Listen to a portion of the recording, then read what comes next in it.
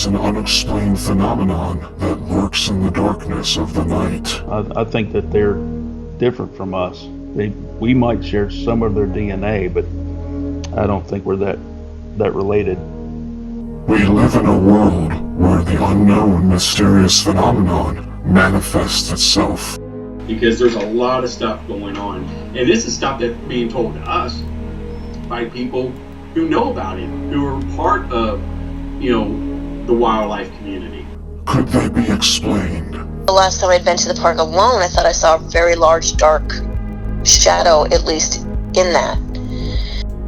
Hello folks, my name is Chris Fringe, and tonight, join me as I discuss the unknown phenomenon that lurks in the world. From Dogmen to Sasquatch to the paranormal, let's dive into the unknown. You're listening to The Venomous Fringe. Good evening, ladies and gentlemen, and you're listening in to The Venomous Fringe right now. And folks, I'm so happy to have you all here. Returning Fringeaholics, welcome back, and newcomers to the show, hello, and I hope you all are having a great evening, as well as you guys tuning in to this episode tonight. Now, tonight's episode, we're going to be talking about the Manwolf in Romania. Now, this is a very interesting report coming from an eyewitness, who I will leave his information anonymous due to the protection of him and his family and what he does in the country of Romania. But this is a very interesting report because it involves a lot of canine activity, and it involves dogs, like puppy dogs, and it involves this Dogman, or what we called a Manwolf. And it's going to be a very exciting episode, I think, for you guys, because I know a lot of you have asked about international countries with Dogman encounters, and here we are on the tip of Europe, and of course, west of Russia is Romania, and you have this interesting account here from this guy, and I'm going to talk to you guys about it in a little bit, and I think it's going to be good. So you guys, thank you again for tuning in. Welcome to the show. We got a lot of stuff to cover real quick before we go ahead and we move forward. This is the start of a new week, obviously. I mean, it's Monday's already passed, and here we are today on Tuesday. And, well, at least by the time this episode's out, it'll be a Tuesday. So for anybody who sees this, this was already uploaded for Tuesday evening. And we want to do something very unique with the show tonight. We want to just go ahead and we want to cover this report in Romania, but we also want to go ahead and we want to show you the locations and the whereabouts of where in Romania this sighting took place. But also, too, treat it as if it was a Dogman States and Activity episode, but treat it as our first non-international or non-American Dogman encounter or States and Activity show. So Romania would be a good choice, and it's Transylvania. I mean, let me be extremely honest with you guys. There's a lot of lore in Transylvania, from vampires to the werewolves to witches to warlocks. It's a whole lot. Literally demons. It's crazy. Transylvania, those animated kids movies, Hotel Transylvania. I wish I brought this up with Charles Urban on my Cryptids and Pop Culture show, when it involved how a movie like Hotel Transylvania could be so addicted to a children's audience, but of course have the abilities that it's based off of actual lore that can draw fascination. I know I'm getting off track, and I do apologize, but the point is that Transylvania, there's a lot of activity over in that country, and it's not just these reports of werewolves or manwolves or dogmen, whatever you want to call them. It's the fact being that there is a lot to cover ground, and it'd be great to do a show on Transylvania, so it's very interesting, to say the least, in reference to that country. And of course, this report, like I had mentioned, there's going to be some instance involving small animals, but I'm just going to state off the bat, for what we know, it's unknown, and I will explain when I explain the report. But this is a very cool case, and with that being said, before we get started, as always, folks, you can reach me at venomousfringe@gmail.com. You're going to see it right now on screen, venomousfringe@gmail.com. This is the Email whether you want to submit a report, whether you've had a Dogman encounter, a Sasquatch encounter, or something other non-Squatch or Dogman-like, cryptid-wise, or a paranormal encounter. That's the email you can reach me at. A lot of you guys also like to send me some interesting photos of like werewolf books, and also some very interesting information in reference to Dogman and locations and opinions.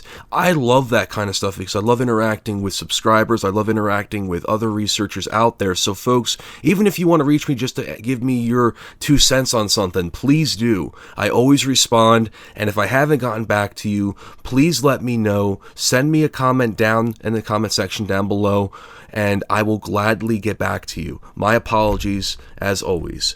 And with that also being said, we have a social media outlet. We have a Dogman group, a research group, if you want to join it. If you don't like Facebook, that's okay. We have a Discord server where you can communicate with me in a chat, as well as give your own opinion on Dogman and meet other members of the community. Now, we want to make this the biggest cryptid Discord, or at least social outlet out there on Discord.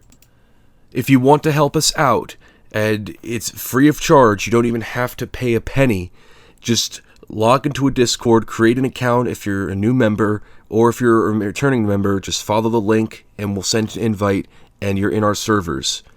Also too, folks, if you really like the show and you like what we're doing here, feel free to leave a donation. We are not doing YouTube standard partnerships because of the constant demonetization they've given to the community, as well as even us, and we didn't even accept the membership just yet. We didn't even exceed their guidelines. So, folks, if you like what you're seeing, if you enjoy the show, and you want to help us out, feel free to leave a donation.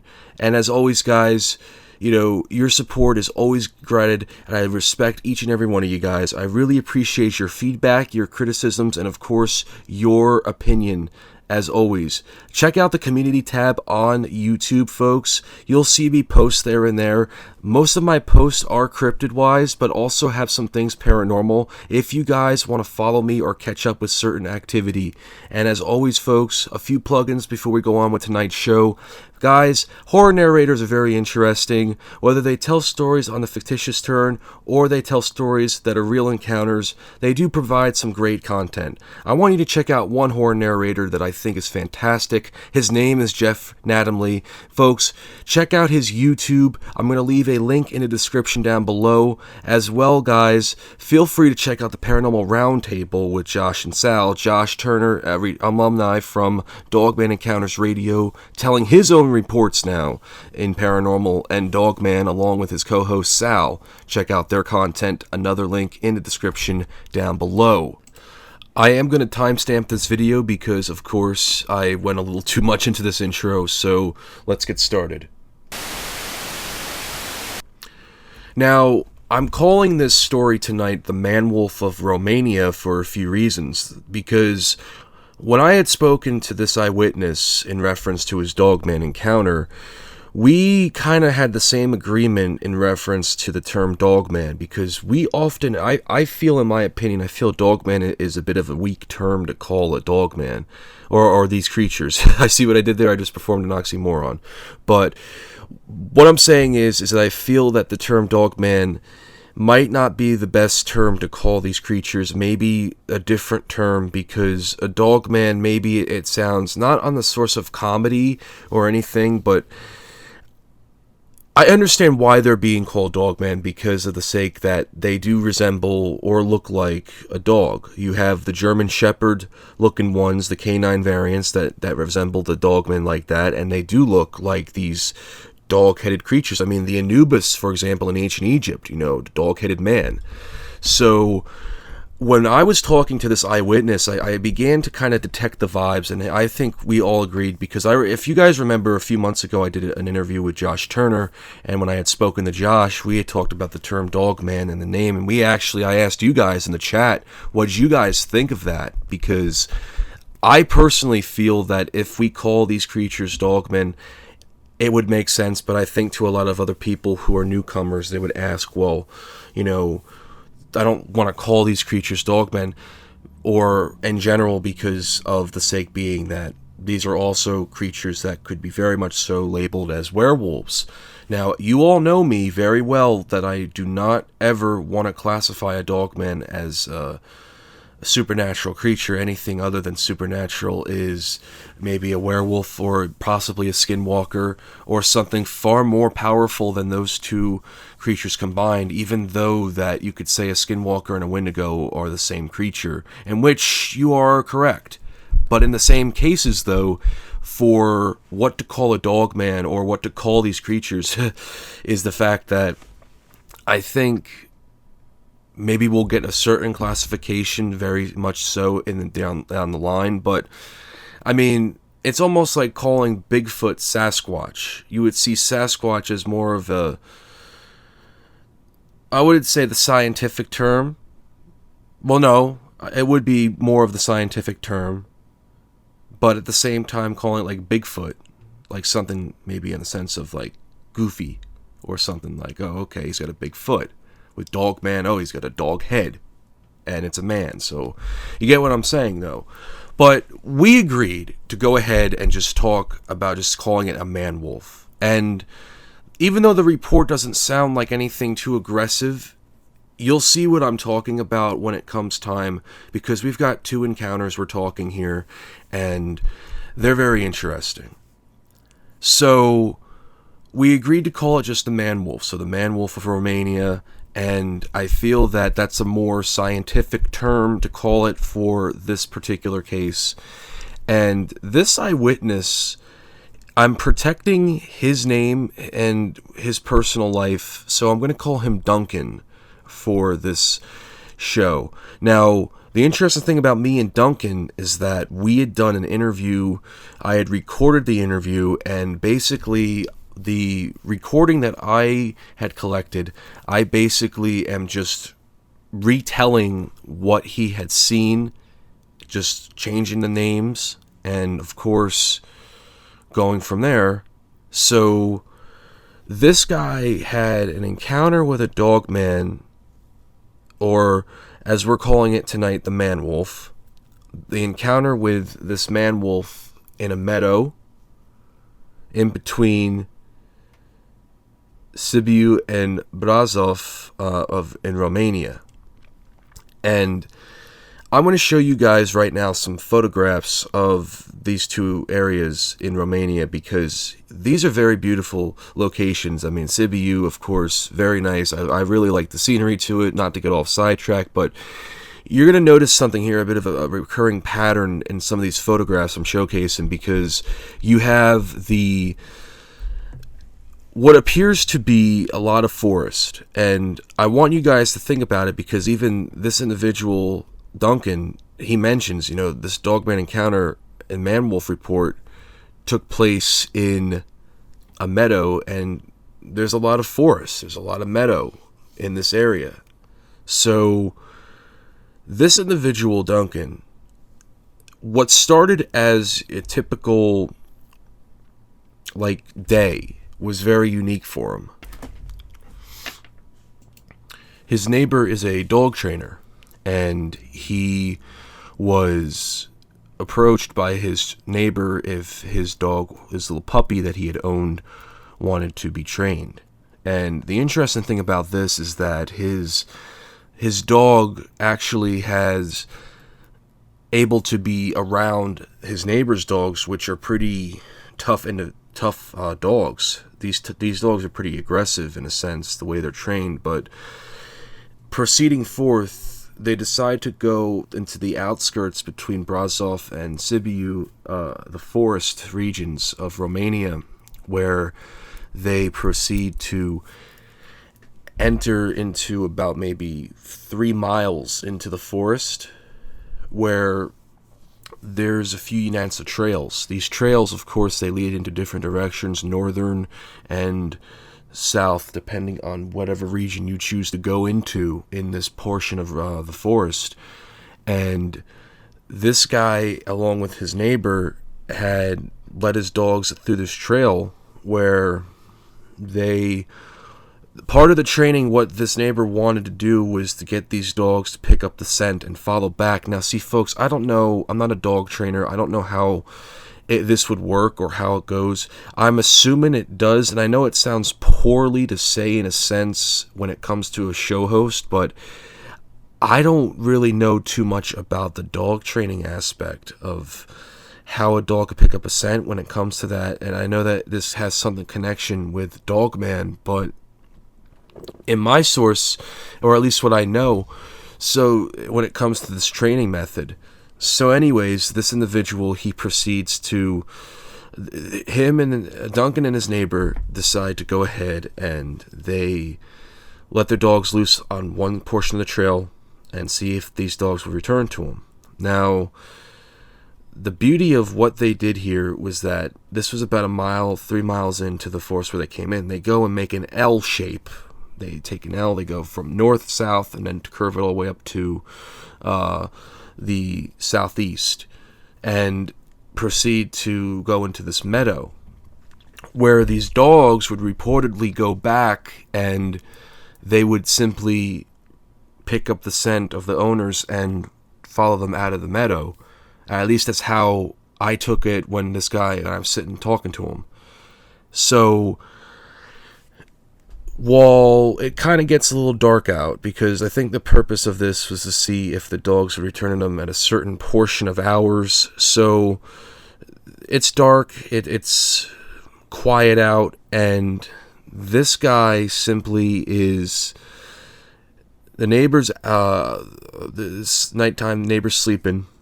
Duncan is nervous in a sense. When I was talking to him, I just want to throw this out here real quick, not to get off subject, but Duncan, he was very, I could sense that the incident still bothers him, but he takes it with a grain of salt, and he knows that for the benefit of the doubt that he knew that what he seen was something unknown, and it sticks with him. But I could tell by when I was talking to him, the body language through the phone was pretty, it bothers him still, and I can understand why. So anyways, this guy was nervous because he was very on the benefit safety of his dog, but also too just to make sure that nothing happens, because there's bear. Something about Romania that's interesting is that Romania has a lot of bear activity. There's been bear attacks. There's been bears sighted all through backyards. Bears been sighted through city lines. And the interesting thing about all that is that the bear population, it's so massive that there is a lot of people out there in that region who are of poaching to take care of the bear problem, or hunters, or whatever the case may be. Not to get off subject, but this directs into it because in Duncan's case, a bear, possibly something even wilder, possibly could have taken anything. These dogs could be ripped to shreds, and we don't know that. So Duncan is up, and he's at the meadow, and something that catches his eye that startles him at first. Now, he has described this creature as looking like the Van Helsing werewolf. Now, the interesting thing about this report was that this guy was staring at it from a far distance, and he had seen what appeared to be amber eye shine looking at least another 100 meters away from him. And one of the things that startled him was the fact that this creature looked very tall, very large. It was masculine. It looked like, as I had mentioned, the Van Helsing werewolf. And for him, he was very startled and intrigued. So in the far distance, he's looking at this thing. He's just baffled and just staring at it and just trying to get a good idea of what he's looking at. And something that catches him off guard is the fact that this thing isn't necessarily lunging or trying to, in any scenario, attack him. Now, the way he described it basically was like they were locking eyes, as if they were both curious, or as he described it, as if you're looking at a car. And it was almost like observation, as he called it, which in many cases in Dogman have been reported, but not necessarily the case, because each report sounds very much so the act of a horror film. in a case of it being chased, or it does something, or it makes a weird noise, or approaches in a fashion, or chases a car. And with that being said too, I mean, you have this scenario where he is being almost like they're observing one another. And it was a very, almost like to him in his case, a very calm experience. Because he didn't know what these creatures were. He doesn't even know exactly what a Dogman or a Manwolf is. The most he knows is that he has heard reports and has seen something that doesn't seem out of the ordinary, or something too of that of excelling a fascination. So in direct observation, the idea of what we're looking at is a creature that was drawn out of curiosity with this individual, Duncan, and Duncan himself even said that he was very taken aback by it. So this creature just observes him, and then from the other's distance, from Duncan's right, you could hear what appeared to have been dogs barking, or dogs approaching, and it was the dogs that they put out in the forest, and they came back and returned to them. And then when Duncan turned to his left once more to analyze this creature once again, it had vanished. But that was the first report that Duncan had with this mysterious man-wolf creature, and it's a very interesting report nonetheless, because it does excel in the possibility and the freak credibility of seeing one of these things.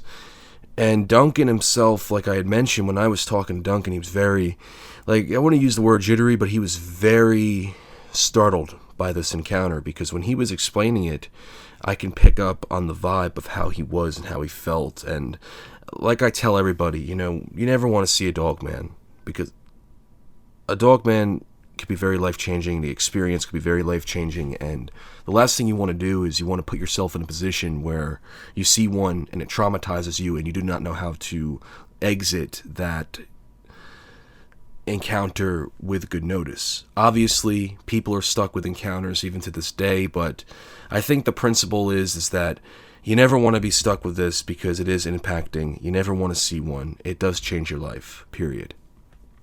So that was Duncan's first report.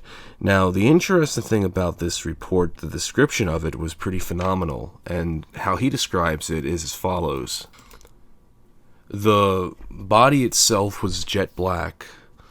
The wolf at least 2.5 meters tall, which translates into American feet at 8 feet 2 and 425 inches tall. So basically, this creature was 8 feet in. It was 250 kilos, which translates to over 551 pounds in the U.S. And then it had massive shoulders, a wide chest, massive long hands. The girth, the eyewitness had seen a tail, a massive head, and the amber eye shines. Now, the interesting thing about it, besides the observation, was that this creature also had a tail. There's been many reports where people have said that a Dogman has tail, that there is a Dogman with a tail, that there are sighted with it, but there is no definition, or at least for some. But Dogmen do have tails, and that's something that I think should be looked at and not taken aback on, because it is something, it's very interesting nonetheless. Now, the second encounter that this individual had was pretty interesting. It was quite freaky, to be honest. But what happened was about a few years later after this encounter, and he was actually he was on his way to his girlfriend's house. Now, he was about 2 towns over Brasov, and Duncan was driving alongside a road around the portion of this location, and to his right, he had his high beams on. It was very late at night, and he had seen this creature once more crouching down on the road, but looking like it was ready to cross the road. It was on a 45-degree angle, positioned ready to go across when he had seen it, and his reaction. So he has his high beams on. This creature, in his belief, he notices that the guy has the high beams. The Dogman or Manwolf decides to go ahead and wait for him to pass on by, almost as if he didn't want to be seen. So long story short, that was basically the gist of the second encounter, was basically seeing it on the side of the road. But he mentioned it was the exact same creature. It looked looked like the same creature, had the same exact scent, same exact look, the Van Helsing werewolf to be exact. So it was a very interesting case. But these took place between Sibiu and Brasov, and right around this region, possibly in Bucharest. Unfortunately, I did not get the location of the second encounter, but Bucharest, as at least what it sounds like, apologize if it's the wrong pronunciation, this is where the other encounter took place, if it was 2 towns over Brasov. So, the Manwolf of Romania, very interesting reports coming from this individual, Duncan, of course. The first report, like I had mentioned, was an observation report. It looked like it was just curious of Duncan and was just getting the idea of who he was, possibly, or at least what his intentions were. The dogs, of course, were not harmed. Obviously, all the dogs came back. Could the Dogman or the Manwolf over there possibly just didn't really bother or knew of the dogs, possibly? There could have been something. I don't know. It sounds too far-fetched. I'm sure they may have heard the dogs in the woods. Had they chose not to take one of them, possibly, this Manwolf. But the second report, obviously being a side-the-road encounter, which, of course, casual and normal, but a very interesting one nonetheless. And I really like that kind of stuff. It's interesting because, as Duncan even perceived it, he believed that maybe this creature had a respect for him. Perhaps maybe it wasn't so aggressive towards him, or maybe didn't have any intentions at all. We don't know for sure, and even Duncan doesn't know either, but it's a very interesting encounter nonetheless. And, the Romanian Dogman or Manwolf, there is right now currently on the Cloaks map not a lot of reports. There's actually no reports at all. There's reports above and below Romania, but not reports in Romania itself. And I'm going to do some research. I'm going to do some digging. I'm going to go ahead and I'm going to look at some stuff around the area, see if there's more reports, because I've heard of the Romanian werewolf. There's got to be more than this. And folks, if you are from an international country, or if you're from Romania and you're watching this episode, please send me an email at thevenomousfringe@gmail.com for if you do have reports or you know of some things. It would be very beneficial and interesting to see, especially to be put out there. But that's a very interesting callback nonetheless. And I think it'll be very interesting to see where, in the Dogman sense or Manwolf sense, what's out there. But with that being said, these were the 2 reports. I want to thank you all for listening. We're going to return this week with a special guest on the show, talking some interesting content regarding Dogman, as well as I will give you guys a sneak peek at the new show we are formatting, Cryptids Declassified. With that being said, folks, thank you for watching. Have a great evening.